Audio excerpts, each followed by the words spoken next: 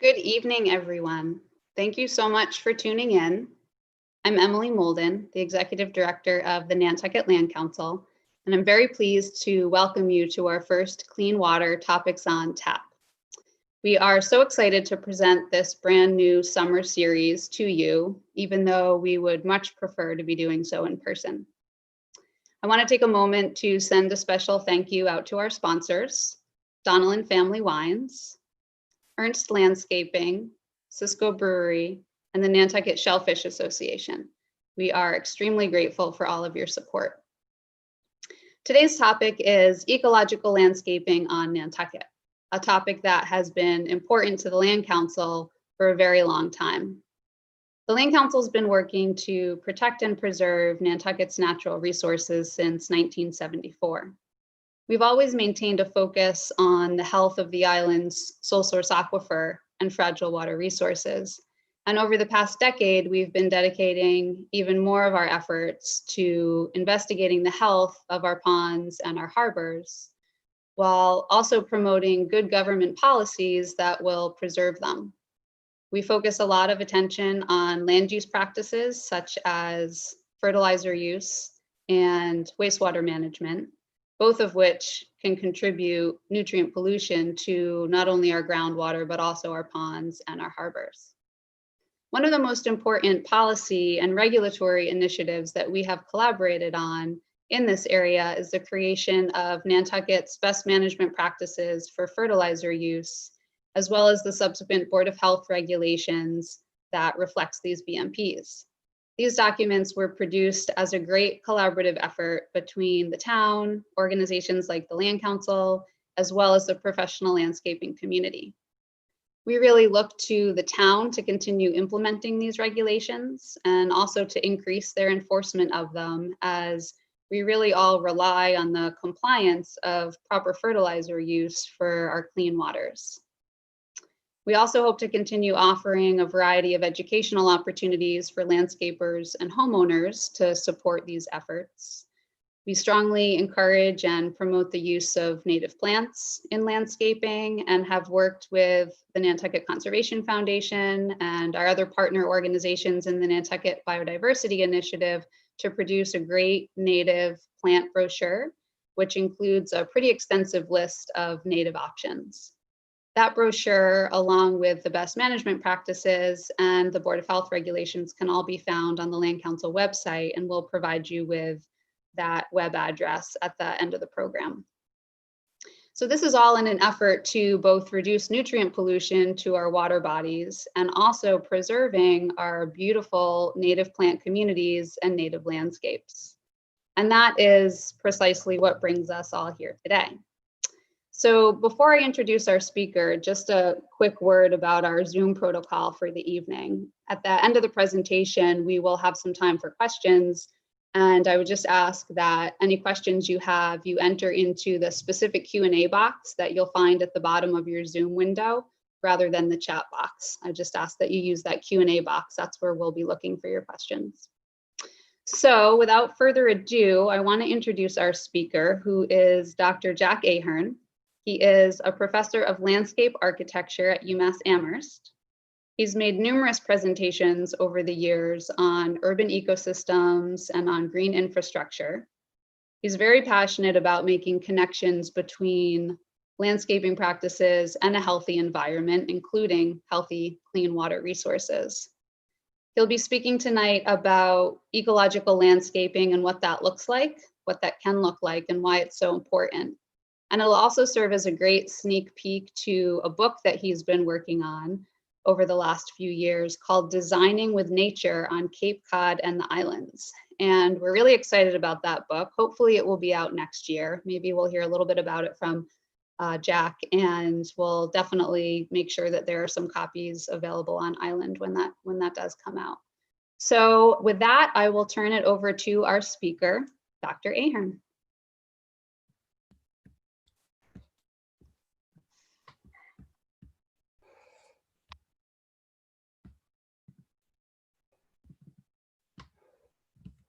Thank you, Emily.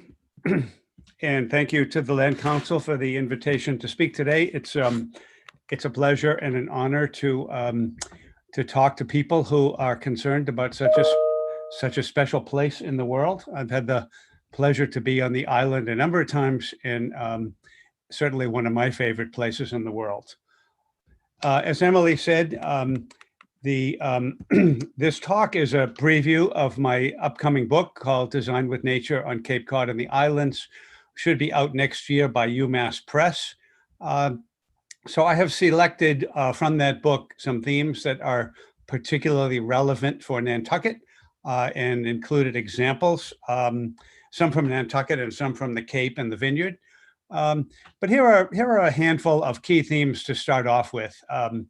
Nantucket Island is a distinctive place that is under multiple stresses. You know, it's one of the places that's really feeling the brunt of climate change. Because of its unique geology, it has water resources that are very, very fragile and vulnerable. And conventional landscape practices on Nantucket and on the Cape and the Vineyard can be criticized because they can be a part of the problem of excess nutrients. But as I hope to show, the landscape practices can be modified to be a part of the solution. So I hope the landscape industry is listening and is aware of the business opportunities that are present in this. Ecological design presents an alternative approach and certainly emphasizes aesthetics throughout the seasons. So a few more key points here to get started. Many of you probably know that Nantucket has a unique post-glacial history. The glacier left behind a giant pile of sand, the Nantucket moraine, that over 10,000 years has been eroded and spread around into the landscape that we now know as Nantucket.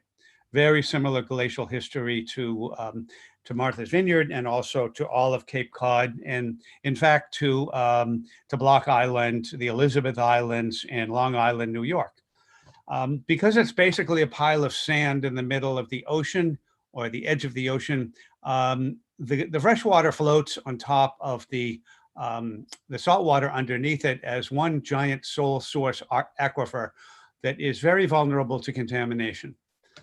And the coastal geography of Nantucket, even more than the Cape, exposes it to the severe effects of climate and climate change.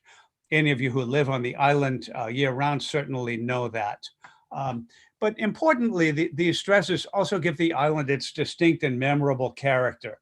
I'll try to make the point that the landscape has its distinct character because of these stresses, and these stresses kind of toughen up the plant communities and give it a very distinct identity that is, I argue, is a lot about what people cherish and seek when they come to the island. So what's wrong with conventional landscape design practices? The plants that are increasingly used throughout the landscape industry, including Nantucket, tend to be generic plants that can be found anywhere. These plants are not particularly adapted or native to this region, and neither are they particularly well adapted to the inherent stressful conditions that I just spoke of. The sandy soils are very dry and droughty. They have a low nutrient content, and therefore these generic plants rely on horticultural props, irrigation systems, fertilizer, pesticides, and other materials that basically are unsustainable. It's kind of an oxymoron to talk about landscapes that are not sustainable, but unfortunately, there's a lot of truth to that. And all of this is a part of the water quality crisis that the whole ecoregion of Nantucket and the Cape Cod ecoregion is currently experiencing. This sole source aquifer is vulnerable, and you all know there's a lot of development pressure, and with that comes excess nutrients, and that is contaminating the aquifer as well as the freshwater ponds and the estuaries. And it also displaces native ecosystems and plant communities. So I'm on a little bit of a crusade to offer an alternative to generic landscape plants. A few more words about the water quality crisis. And I don't use the word crisis lightly. I believe it's true. I did a little bit of homework on Nantucket and found from the Land Council some really, really solid science about contamination in ponds that is leading to eutrophication or nutrient enrichment. And that eutrophication causes certain bacteria to bloom, cyanobacteria, and that causes a public health risk. So hopefully that gets your attention and cause for concern. And yes, there are other causes of this. It's not only from landscape practices. The main cause is from land-based septic systems to dispose of solid waste, of household waste. But the landscape problem is probably the easiest one to remedy. The Land Council found all 4 ponds that they monitored last year to be eutrophic or hyper-eutrophic. And going back a decade or so to the Mass Estuaries Program report, 3 of Nantucket's estuaries are showing signs of or are at risk of cultural eutrophication. That's a scientific word meaning too much nutrients, which causes algae blooms and fish kills. On the Cape Cod, the EPA has determined that 80% of the nitrate pollution comes from septic systems, and the Cape is currently dealing with this, as I'm sure the island of Nantucket is. It's a very expensive problem. It's going to take decades. The town I live in Barnstable, released a plan last fall for $1.2 billion for the town of Barnstable for wastewater treatment, and that will not even service the whole town. 1.2 billion with a B. So, and it's going to take decades, say 50 years. What do we do in the meantime with water quality going downhill? The other 18% of the nitrate pollution comes from agriculture, landscape, and stormwater. And these are the sources that I'll be speaking of today. There's a very easy potential to make a substantial decrease in nutrient pollution from these sources on a much shorter time frame. And every homeowner, every landowner can contribute to that. So through this way, ecologically designed landscapes can be a part of the solution. Doc, I'm sorry to interrupt. Would you mind just maximizing your PowerPoint presentation? Thanks. I'm sorry. Better. Sorry. Okay. So ecological landscape design, a few characteristics. It's inherently sustainable and water friendly because it uses plants that are adapted to the climate and soils of the region. They don't need fertilizer. They don't need irrigation. They're beautiful in all seasons. Interestingly, they're adapted to the environmental extremes of the island. So as the climate changes, the native plants of the Cape Cod ecoregion and Nantucket are, you could say they're pre-adapted to future climatic stresses, which will tend to be more extended periods of drought, more extreme hot temperatures, and also more intense stormwater events. And doing ecological design can have a net positive environmental impact. It can sequester carbon, it can provide biodiversity, it can provide other benefits. So this is kind of the elevator pitch for why ecological landscape design is important. Ecological design, of course, is based on native plants. Why are native plants important? I was quite impressed with the recent book by Doug Tallamy called Nature's Best Hope, A New Approach. And Tallamy makes a very strong case for protecting native plants on a small scale by every landowner and homeowner to provide for habitat and forage for native insects. And the native insects in turn are the food source for the native birds. And importantly, these native insects and birds are highly selective. They're fussy about what they eat. And if the native plants aren't there, they are not going to be plentiful. And then the birds that depend on those same insects don't have the food source that they need. So that's another reason for it. This is the approach that I am proposing in my book, a plant community approach. It's based on the idea of plant communities.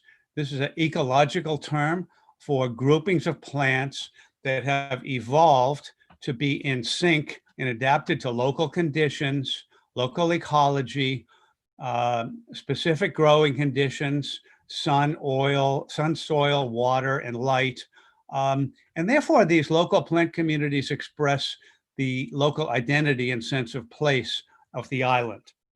They have a specific structure that influences the visual character, and they can be managed to achieve relative stability or to choreograph change to meet human needs. Importantly, this approach is not about ecological restoration. It's about landscape design. So we take a little bit of liberty with the plant communities and modify them to suit human interests and goals. Here's a quote from Edith Roberts and Elsa Riemann, an important book written at the beginning of the 20th century that really started to argue for the beauty of native plants in America for American gardens, to kind of not forget the native beauty of the species that we have as the horticultural industry tends to introduce new species. Here's another quote by Robert Finch, a Cape author, who speaks eloquently about the distinct character of the plant communities of the region. This is a picture from Nantucket of a sassafras grove that has a, unmistakable branching character and form, and really quite striking, I find, in the middle of the winter, and providing beautiful aesthetic interest throughout the winter season. So you could say that plant communities are the essence of sustainable landscapes because they require minimal care and maintenance. They self-produce. Remember, these are the plant communities that are already there with no one taking care of them. These are the native vegetation of the region. They require no fertilizing or irrigation. That's a no fertilization or irrigation. And they're adapted to future climatic conditions because of the unique geography and isolation, especially of Nantucket. The species that have survived on Nantucket have fought these changes for millennia already, and they're very well positioned to adapt to future climate. And these plant communities reinforce regional and local landscape character. Here I'm talking about the form and scale of the landscape, the color and texture of the foliage, and the synchronicity and phenology of the plants. These are some scientific terms that talk about the timing of when the leaves emerge, when the flowers emerge, when the fall color emerges. And it seems to me and to other designers that when the landscapes we design can be related to the landscapes surrounding them, they feel more like they belong intuitively. And, when you ask people, why do they come to Nantucket? They usually say, because it's a beautiful place and it has a special character. So remember that the landscape is a big part of that reason why the island has a distinct character. And shouldn't we try to reinforce that character rather than replace it with generic plants that come from anywhere USA? Another quote by Frank Waugh, the founder of my department at UMass, who wrote eloquently about plant communities and argued for the wisdom that gardeners would do well to heed to understand the way plants naturally group themselves and to organize planting designs accordingly. So I'm talking about design plant communities. I mentioned earlier, I'm not speaking about ecological restoration. That's a different activity. That's an important one, but that has different goals. Restoration has a goal of restoring exactly the native, as close to the native plant community as possible. A design plant community, as notes here, it meets nature halfway, uses the native plants, but selects them for visual interest, for impact. It could be thought of as a hybrid of design, ecology, and horticulture. But because the plants are coming from a plant community model, they're adapted to the environmental conditions, and they can include only native species or a mix of native and exotic species. And some of these ideas are very well articulated in the book by Rayner and West, Planting in a Post-Wild World. So how to design with plant communities? First, to know your landscape context. Are you on a dune? Are you in a maritime forest close to the seashore? Do you have a little bit more protection from the elements where there might be a forested condition? Think about related populations, not individual plants. Cover the ground densely, and think about management, not maintenance. I'll elaborate on that a little later.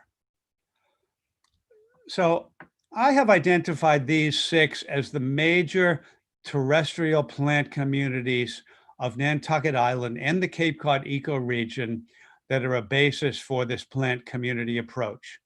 Yes, there are others. Many of them are wetlands. We really shouldn't be messing around in wetlands with landscape design. In fact, the state laws prohibit that. So these are the main terrestrial landscapes. Some of these also are incredibly sensitive and probably should not be developed in new ways, like dunes. But you all know there are people who live in dune landscapes. And if the property is there, then it would seem prudent to work with the vegetation that's appropriate for the dune or the heathland or the forest, rather than to try to come in with some predetermined idea from somewhere else. So just a few quick images and ideas about the dunes. Dune landscapes are not only American beach grass. They do have many shrubs, particularly the northern bayberry shown here, very well adapted. It doesn't grow directly on the beachfront, but just a few meters back, the bayberry can thrive. Beautiful other native species include beech heather, broom crowberry. The shrubs would include eastern red cedar, arrowwood, black cherry, and it looks something like this in a cross section. This is a classic dune cross section with a primary, secondary, and back dune area.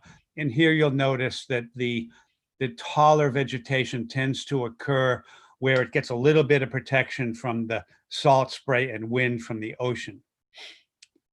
Moving away from the ocean front, sandplain grasslands and heathlands, known on Nantucket as moors, are very globally rare landscapes. These are actually cultural landscapes that were the product of intensive grazing that was common on Nantucket back in the 19th century. Not a great place for agriculture, but there was a market for wool, and the sheep grazing took off and really cleared the landscape from woody vegetation. And the species that were adapted are these grassland and heathland species that have a really striking visual character, I find, especially in the wintertime. And that's a good 6 months of the year, remember. This beautiful winter color this is a combination of little blue stem and also huckleberry on a sandplain grassland. They do also have species including broadleafed wildflowers. Here, this diagram features the seaside goldenrod, perfectly well adapted to growing in pure sand, very close to the ocean, with no nutrients, and again, totally adapted to poor nutrients and very dry soils. When a little more protection is provided from the salt spray, maritime shrublands and forests will start to develop. Some of these species are the same. Here you will find pitch pine, eastern red cedar, scrub oak, some small shrubby plants, huckleberry, low bush blueberry. And it has a very distinct semi-open character that is often very attractive to people who like to enjoy the sun and the sky in the summer season. So it's important to pay attention to these human preferences in doing landscape design that people are going to love. If people don't love these landscapes, they're not going to last long and they won't be taken care of. I find the pitch pine and scrub oak forest to be an absolutely magical, striking, beautiful, unique landscape that is really unique to the Cape and Islands ecosystem. The pitch pines are very well adapted to these conditions. They have a number of adaptations to fire, such that they can survive periodic fires, including fireproof bark and the ability to sprout new foliage from burned stems, and also cones that release seeds after the fire. And their gnarled, twisty, diminutive stature creates a beautiful human scaled forest landscape. They're called barren. Some people find them to be unattractive, but I would encourage you to take a look at them and walk through them and try to appreciate the beauty of their distinct form and the way that they're adapted to the environment. They many people think they look like kind of natural bonsai trees because of their very distorted, very picturesque habit. And as they grow closer to the coast, they get very, very small and low and gnarled. Closer inland from the coast, where there's a little bit more protection from salt spray, we have two different types of forest. The pine oak forest, dominated by the pitch pine, with scrub oak, white oak, black oak, red oak. Many oaks are present. And further inland, we will find the coastal hardwood forest where the oaks will dominate. These are the landscapes that tend to be a little more moist. They tend not to have burned as recently, and the lack of burning will promote the dominance of oaks over the pines, because, as I mentioned, the pitch pines are adapted to fire. So these are the handful of plant communities that I believe represent much of the diversity of Nantucket and the Cape Cod ecoregion. So now let's talk about how to put these ideas into practice in landscape design. In my book, I talk about these guiding principles, why to do this, what is the philosophy behind it, what are the values that this kind of landscape represents. Like the medical profession, we would say, first, do no harm. This implies not to start a development project by ripping out all of the vegetation and topsoil. That's a recipe for years of fighting invasive species and weeds. So to the greater extent that the landscape can be developed in a sensitive, delicate, selective way, the landscape is already intact when the construction is finished. I don't really have time to go through all of these ideas. I hope you can take a quick glance at them. The ideas that are common here are to think big, to heal the earth, to do the right thing on a global scale, to think about all the ecosystem services that landscapes provide, sequestering carbon, moderating climate, providing wildlife habitat. They promote resiliency because these plants are adapted to the stresses that we know will come again. Management, not maintenance. Management implies understanding a landscape as as a system that will change continuously. Maintenance implies keeping a landscape frozen at a particular point of time. Like a lawn is a perfect example of a landscape that requires intensive management, say 15 to 20 times mowing a year. That's maintenance. The orderly frames is about how to package these designs so that they're more widely accepted by people.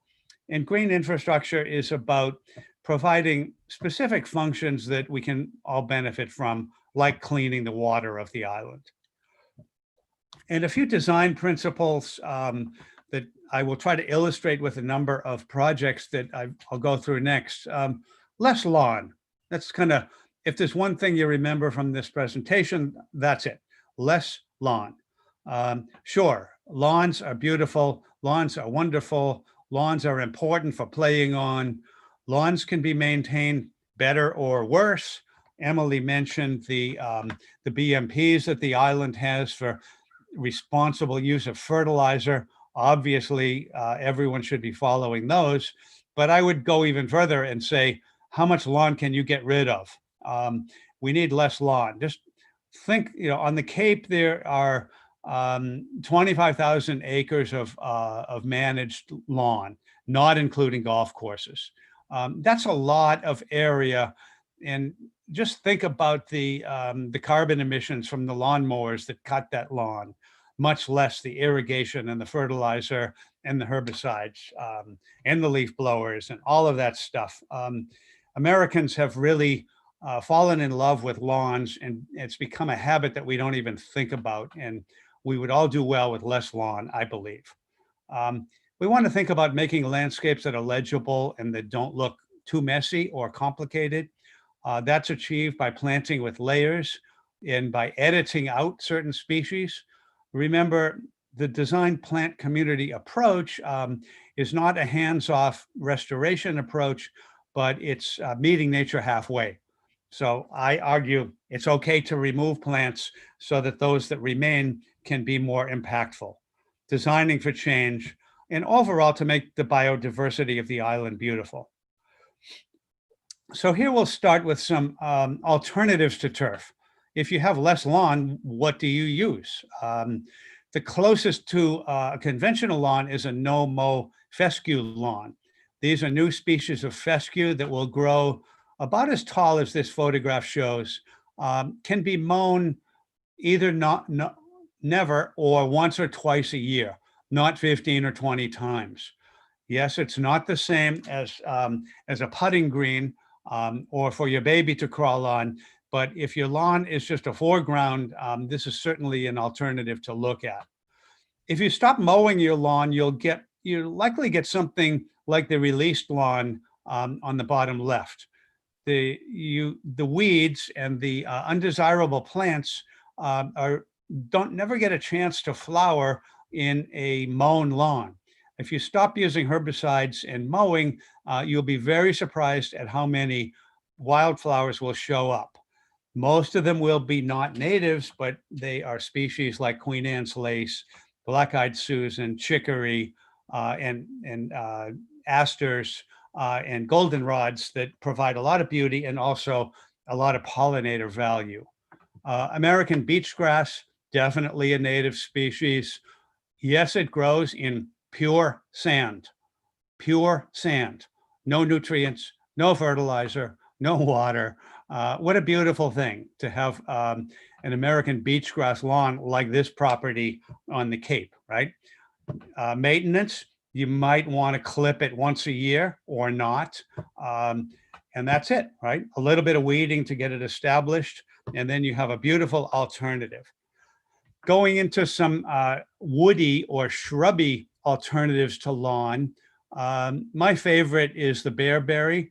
This is a native evergreen ground cover that grows on the island and the whole Cape ecoregion. It's a beautiful, fine textured, glossy leaved plant, makes a really striking 4 to 6 inch tall ground cover that will cover the ground, does really well on very sandy soils, doesn't require irrigation or mowing. doesn't take a lot of foot traffic. Huckleberry and lowbush blueberry are two of the more common understory plants in the forest of the island. This is what I mean by editing for impact. If you can create a landscape like the lowbush blueberry shown here with the fall color, it's really a striking, stunning display of foliage in the fall season. And of course, these blueberries will produce fruit that all of the birds on the island can benefit from. And again, all of these species are perfectly adapted to the conditions and don't require all that tender, loving care that many landscapes do. Just a few more lawn alternatives. The hay-scented fern is a native that some people think of it as an aggressive weed. It does spread rapidly. It's hard to stop. It can easily be controlled by mowing, but sometimes you're okay to let it spread and fill in a large area such that you don't have to mow it. And it provides a beautiful, very fine textured, feathery character. Moss lawns, I find always striking and stunning visually. They are beautiful carpets of emerald green. Number of species of moss are common on the island, a little challenging to establish. They don't like really full sun, but they're adapted to a wide range of partial shade conditions. And of course, the sandplain grasslands are probably the first choice if you want to get rid of lawns on the island. To create a landscape like this, this one is mostly little blue stem. This is the work of Carlos Montoya, who's a master of establishing grasslands on Martha's Vineyard. A couple more words about management versus maintenance. Yeah, as I said before, management implies a dynamic system that is never finished, a design that evolves, and change is expected and flexibility is required. This is not the 100% control landscape that many people are accustomed to. This is one that evolves and changes over time and can be steered in different directions. A quick example of one species to illustrate this. This is the drawing of a gray birch. Grows in clumps.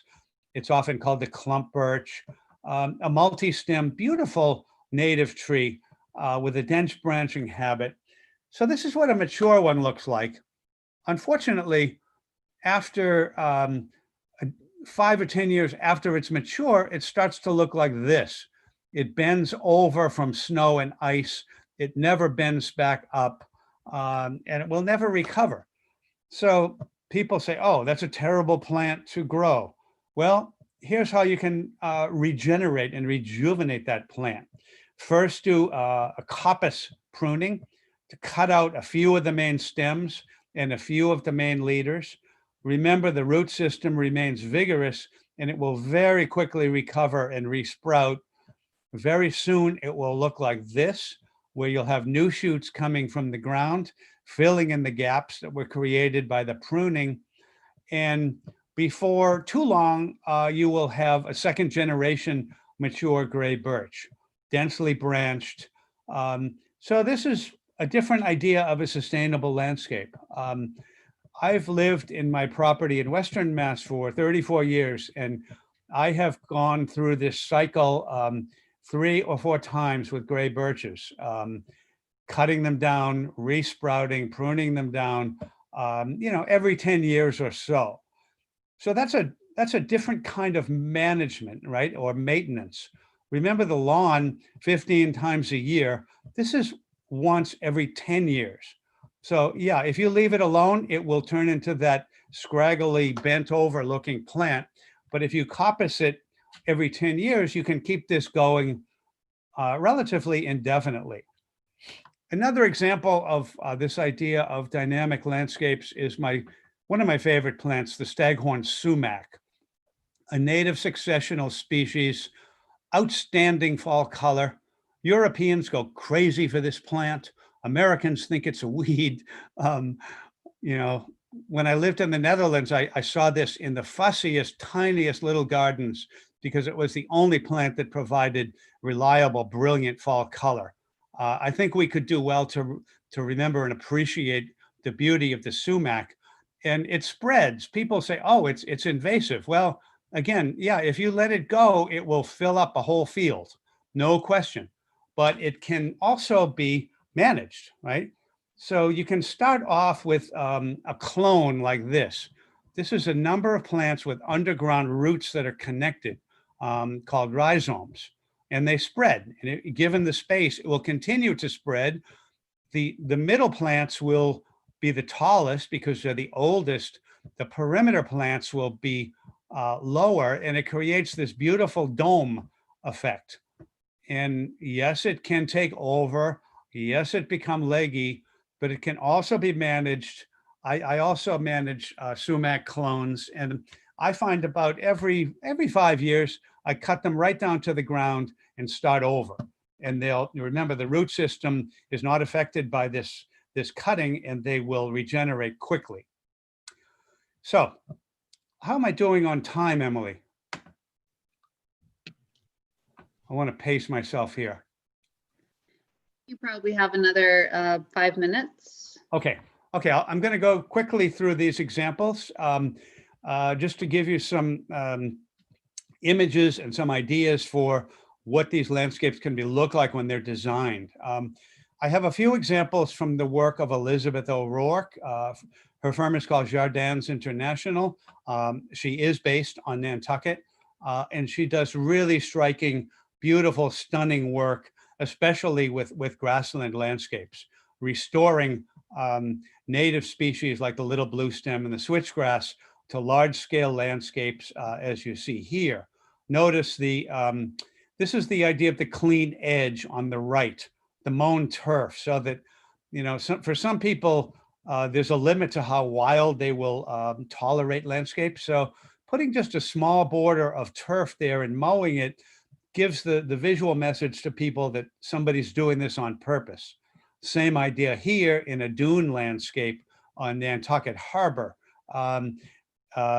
Little blue stem, American beach grass, pitch pine, and a very small managed path of turf grass to give this illusion of intentionality and control.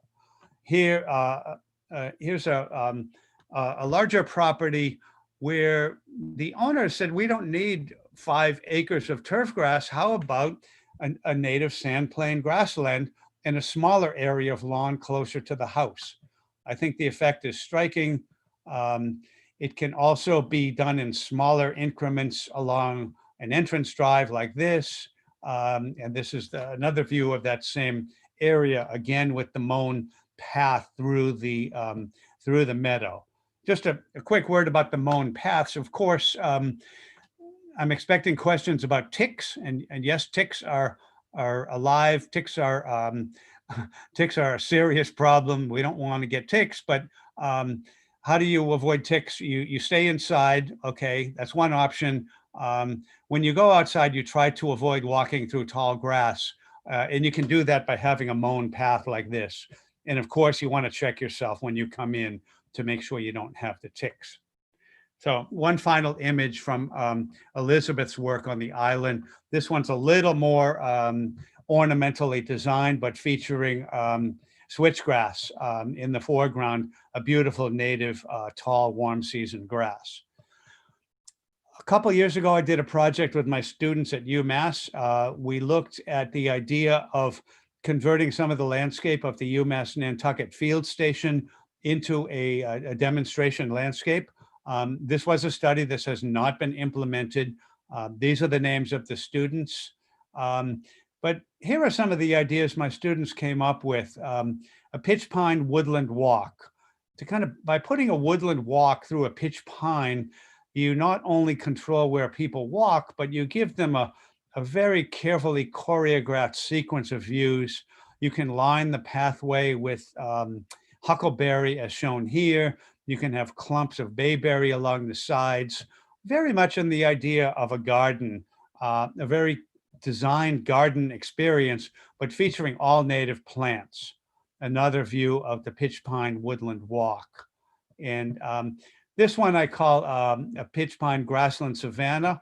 This is a kind of a hybrid of both landscapes. If the pitch pines are present, by selectively removing some of them and getting more sunlight, you can create conditions that will favor establishing a larger, more extensive sandplain grassland.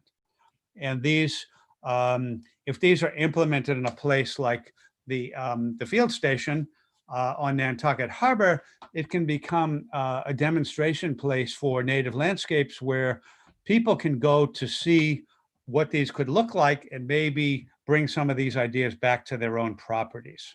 That's the idea of the interpretive sign shown here. An example of a private residence on Cape Cod Bay. This was a rebuilt house where the prior house had been subject to coastal storms. The house was rebuilt on an elevated restored dune, raised up about 10 feet above the previous house, with a formal landscape around the house and a more naturalized landscape as you move away from the house, including this really beautiful fescue and little blue stem lawn, a meadow instead of a lawn. So not for everybody perhaps, but certainly a beautiful alternative to the lawn. It still allows the sun, it still allows for the beautiful texture throughout the seasons. On the coastal side, there's a lot of American beach grass with a boardwalk through the sand dunes. And yeah. So if you find these interesting, all these examples are going to be in the book. This is a spectacular project in Edgartown on the Vineyard, partnership between the Nature Conservancy and a private landowner. The Nature Conservancy bought the land that was planned to be developed as a golf course, turned it into a spectacular, stunning, awesome sandplain grassland that looks like this. I get excited just talking about it. I find this to be quintessential, beautiful island landscape. Doesn't grow anywhere else. The biodiversity is native. Again, no fertilization or irrigation. To maintain this landscape, the Nature Conservancy does periodic burning. Homeowners aren't allowed to do this, but this is kind of when ecologists and horticulturalists can partner and create landscapes that are sustainable. Yes, you can protect trees so they don't get burned in a controlled burn. Yes, you can mow paths through these grasslands so that you can walk comfortably with a little bit of protection from ticks. And you can leave larger trees to create a kind of a savanna landscape. On the Vineyard, the West Tisbury Library is a beautiful example of a native plant garden. In the parking lot is a very horticultural type garden featuring a lot of striking native plants, including a rain garden that deals with the stormwater from the parking lot. Here is switchgrass and bayberry and blue star, boneset, sweet fern, boneset and goldenrod. And I think my final example here is the Association to Preserve Cape Cod headquarters in Dennis on the Cape on Route 6A. The APCC felt that they should walk the talk and that they should have a demonstration landscape on their property that they would like the citizens of the Cape to see, experience, and emulate on their own property. So they have created a beautiful meadow garden striking throughout the seasons, beautiful pollinator habitat. It also has a rain garden. So just to wrap up, so why all this talk about ecological landscape? It's because there are some serious issues with conventional landscape design. It largely depends on horticultural intensive care, irrigation, fertilization, pesticides, regular mowing, weeding, blowing, all of that stuff. And it has nothing to do with the native biodiversity of the place. These are plants that grow from anywhere, from Ohio to Maine, from Seattle to all through Oregon on the West Coast. The ecological design has benefits I've tried to emphasize briefly this evening. They're adapted to the local conditions. They don't require the intensive care that conventional landscapes, no irrigation, no fertilization, less maintenance. Yes, there is management required and expected, but it's generally on a much lower order than maintenance of conventional landscapes. Native and designed plant communities are the basis of all of this. The logic is to start with what's already growing there, right? Makes sense to me. If you want to know what will grow in a place, look outside and see what you like and use those same ideas. They can be reassembled and reorganized to suit your property, to suit your personal needs. And yes, there are a series of approaches these are different techniques than conventional landscape practices, cutting down sumac and letting it regrow, letting huckleberry and lowbush blueberry cover an acre of understory for a beautiful effect. These are kind of the innovative, creative ways of using native plants to create these beautiful and sustainable landscapes.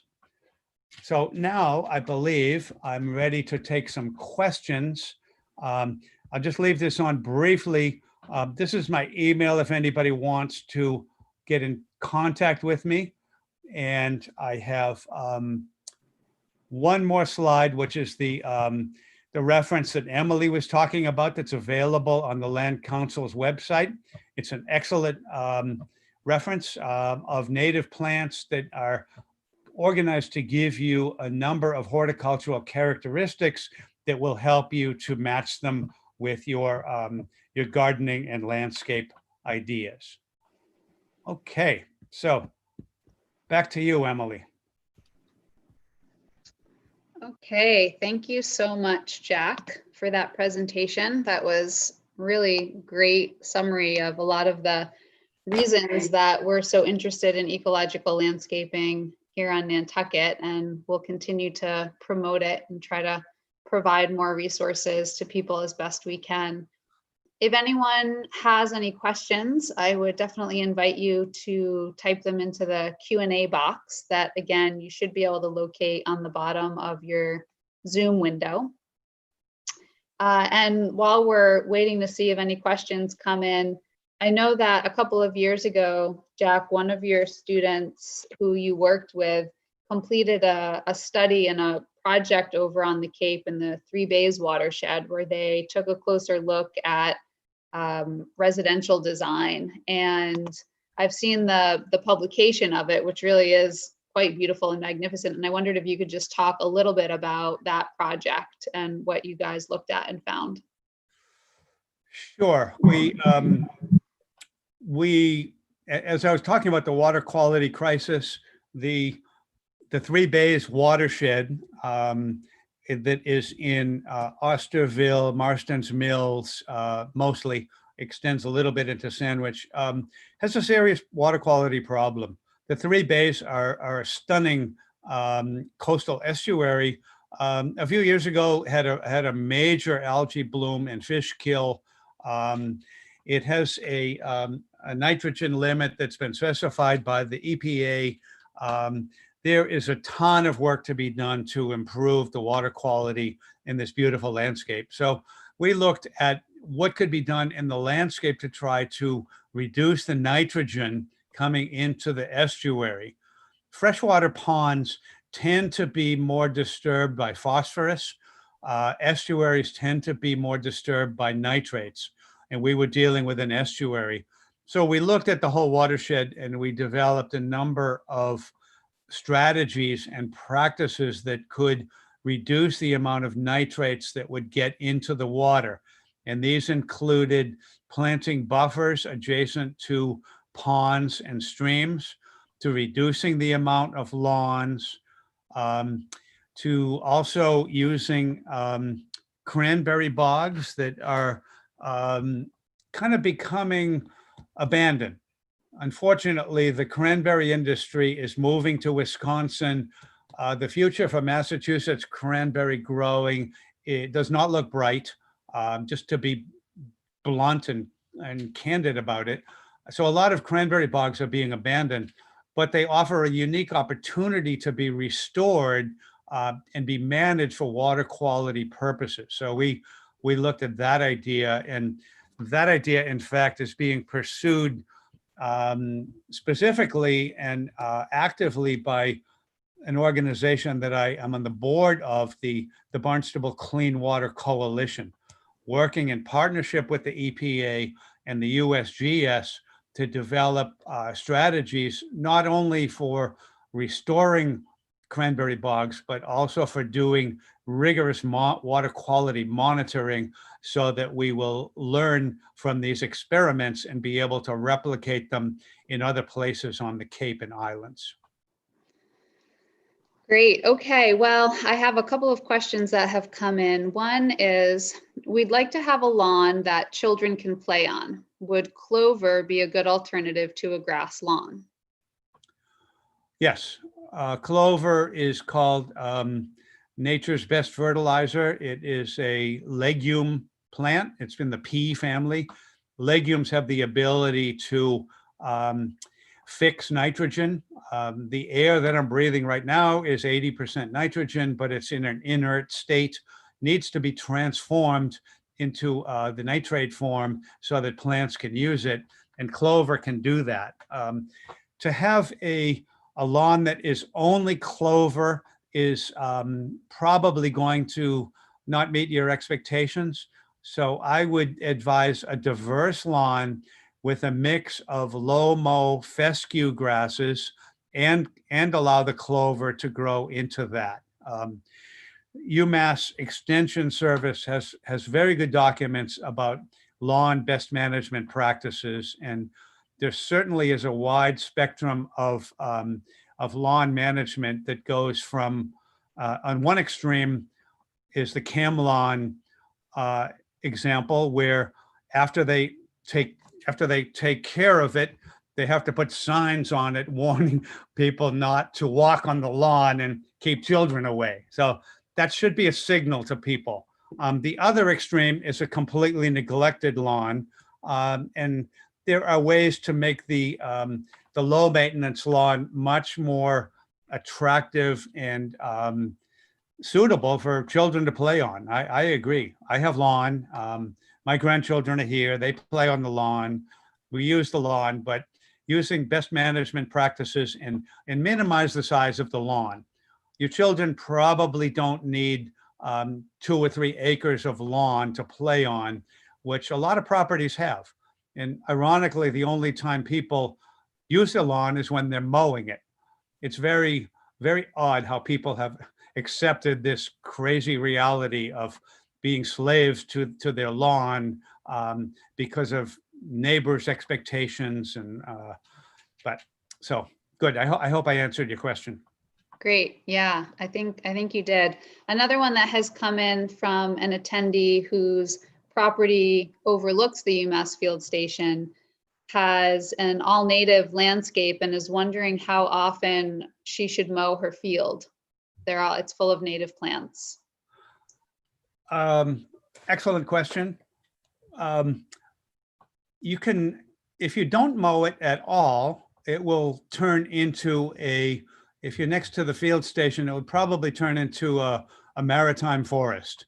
The woody plants will come in, the woody plants will get taller and will shade out the native meadow. So that's the do nothing approach. Most people recommend mowing grasslands and meadows once a year, usually in the spring. Keeping the meadow upright over the winter provides habitat for solitary bees and for other species that will overwinter in the stems of the plants. And for us humans, a grassland, I think it's the most beautiful season for the grassland is the winter season. So leave it up in the winter, enjoy it, let the insects enjoy it, and then you mow it in the spring. And there the concern is about ground nesting birds. So if you believe, or if you know that you have ground nesting birds in your meadow, you might want to wait until the chicks fledge around now, I believe. Around June is when the species, the little chicks will fledge, and then it's safe to mow the meadow. They can be mown in the fall. Horticulturally, it'll do the same thing, but then you don't get the benefit for the native insects or the ground nesting birds in the springtime. Great. Thanks for that, Jack. And then I think we have time for one more kind of a combo question that came in. Is there a difference between low mow fescue and no mow fescue? And then there's a follow-up, which is where to source those species on Nantucket and beyond. Okay, another good question.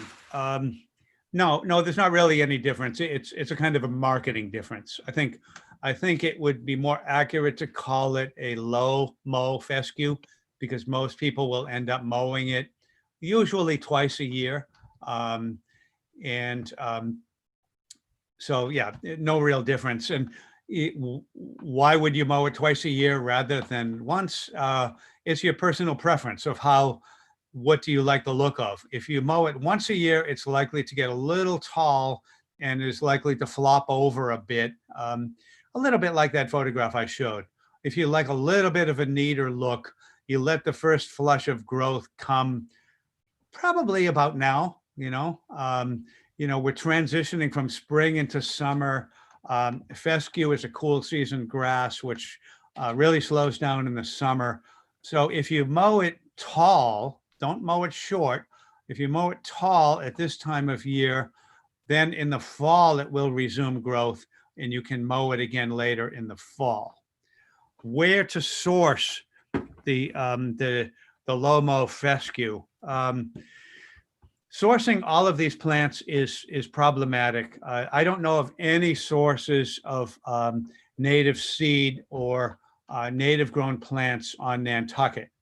I know on the vineyard there is an active group that harvests seed from native grasslands and uses that in grassland restoration projects.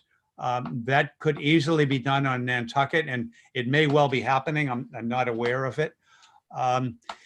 But the other, the closest source for native grasses is Ernst Seed Company in Pennsylvania, and they are quite good. They try to grow regionally grown plants. They're called ecotypes. They're adapted to the Northeast.